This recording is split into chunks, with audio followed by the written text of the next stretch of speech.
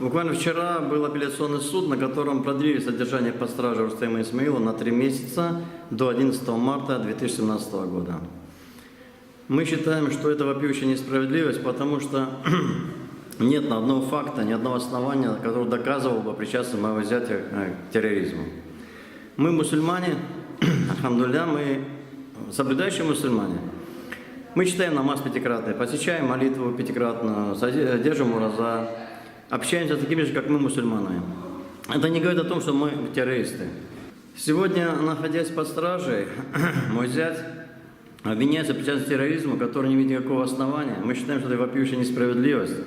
За то, что человек читает намаз и посещает, скажем, пятничный намаз в мечети, общается с такими мусульманами, нельзя людей причислять к терроризму. Надо четко разделять, что такое бандитизм, что такое ислам. Ислам никакого отношения к терроризму не имеет.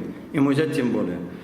И вчера на суде это было, на протяжении было уже 4 суда, 2 суда и 2 апелляционных суда, на которых адвокаты очень четко заявляли, говорили, даже смешно слушать то, что приводит следователь, да? То есть никакого основания не то же под стражей, даже под домашним арестом содержать нету. Но, к сожалению, на это внимание суд не обращает и выносит вот это несправедливое решение, и которое с точки зрения Российской Федерации, вот как я считаю, да, это нарушение и самого закона Российской Федерации.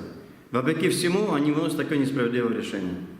И с этой точки зрения мой зять, кажется, где терроризм и где мой зять.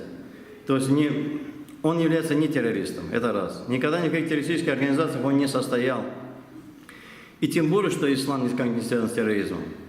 На протяжении 7 лет, сколько он проживает с моей дочерью, этот человек очень высоконравственный, в чем я ему, честно говоря, завидовал.